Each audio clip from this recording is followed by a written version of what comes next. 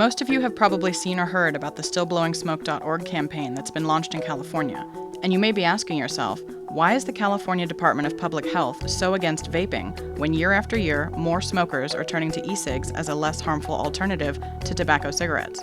Isn't their number one priority preserving public health? Isn't that their job? Problem number one.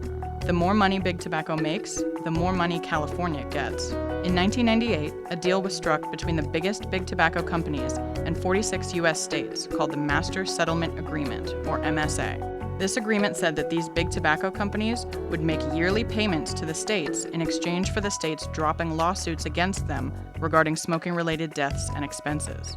The amount of money Big Tobacco pays the states each year is directly dependent on how much they sell. Problem number two. The states spent that money before they got it. Most of the states wanted all that money up front, instead of waiting for payments from Big Tobacco each year. So they sold bonds to Wall Street based on the amount they calculated Big Tobacco would be paying them. But then something started happening.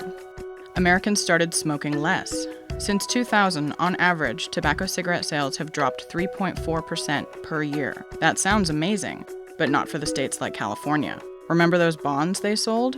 They were counting on money from Big Tobacco, and since it's not coming, they can't pay back the bonds they sold, and either have to take money from other places or risk defaulting. New Jersey, Ohio, and Virginia have already announced they have to take money from their reserves due to insufficient funds from the tobacco money. And with the growing popularity of e-cigarettes, the smoking rate is declining even faster. California and New York are being affected the most because they have the highest populations and are owed the most money by Big Tobacco under this agreement. In 2013, cigarette shipments saw their biggest decline since 2009, and many financial analysts say the cause of that severe decline is e-cigarettes.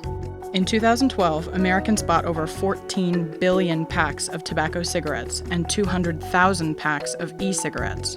The following year, sales of tobacco cigarettes decreased by 1 billion, and sales of e-cigarettes doubled. Wells Fargo estimates tobacco cigarette sales will decline by 68% over the next 10 years, and e-cigarette sales will increase more than 13 times. So naturally, California is panicking.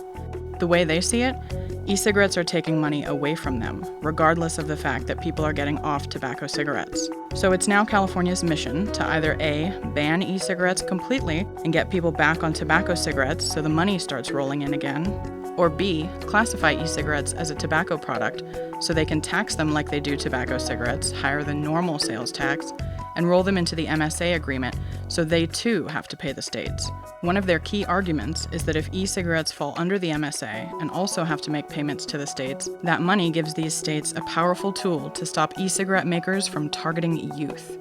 No wonder one of stillblowingsmoke.org's biggest and most unfounded talking points is that e-cigarettes are marketed to children. And never mind that only 14.6% of the funds the states receive from Big Tobacco actually go towards costs associated with smoking or smoking prevention.